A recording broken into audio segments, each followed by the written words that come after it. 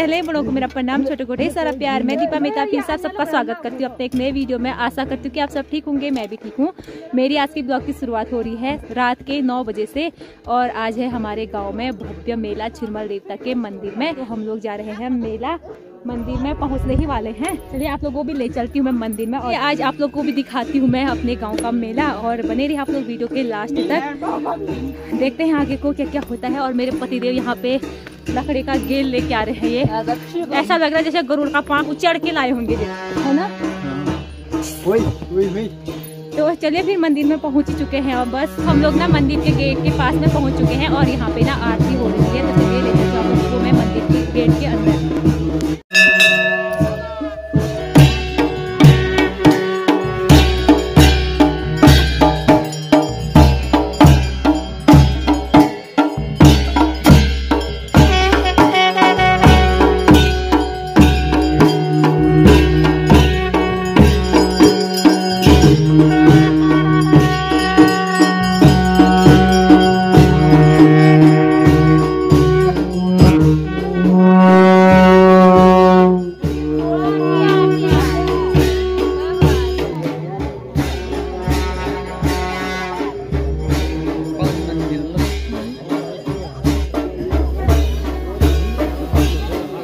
पटक के गिरी की में है।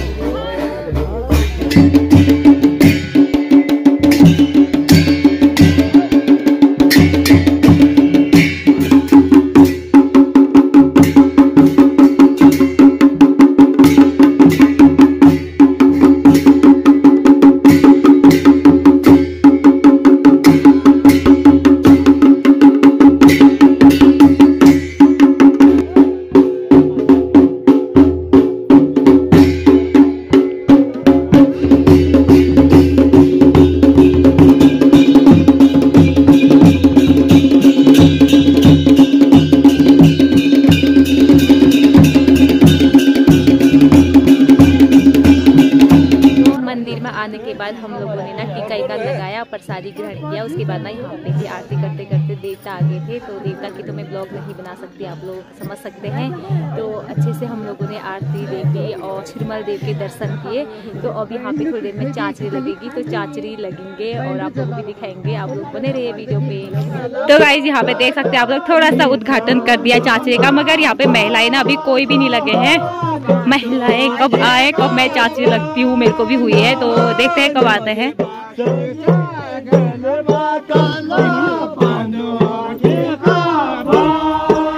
चाचर गए हम मजाक करना से कोई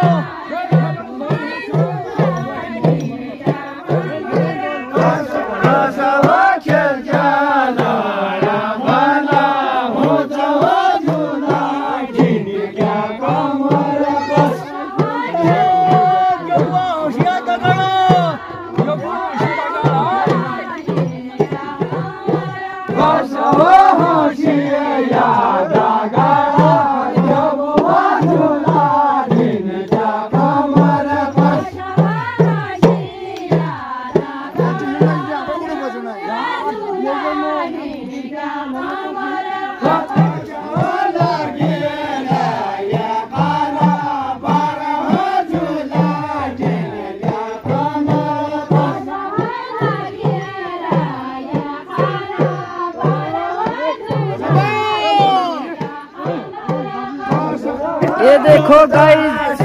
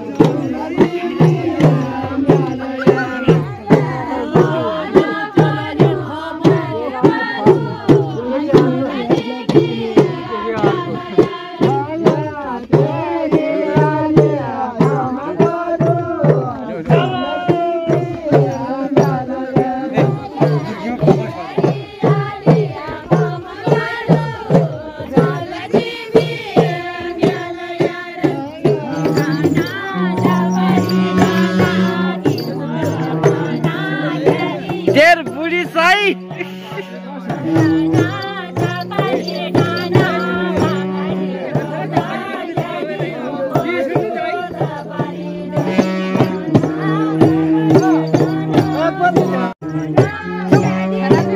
कसम रही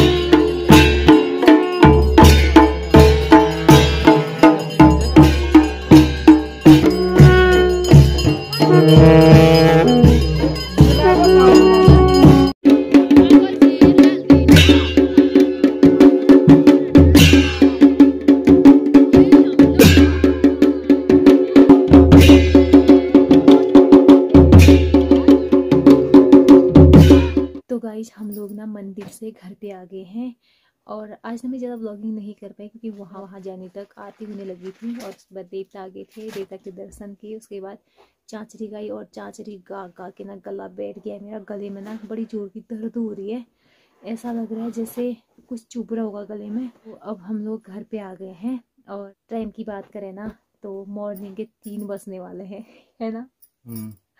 तो अब चलिए इसी के साथ ना ये ब्लॉग यहीं पे एंड करती हूँ। मिलती हूँ आप लोगों को नए दिन से नए ब्लॉग के साथ। तब तक के लिए आप स्वस्थ रहें, मस्त रहें, व्यस्त रहें।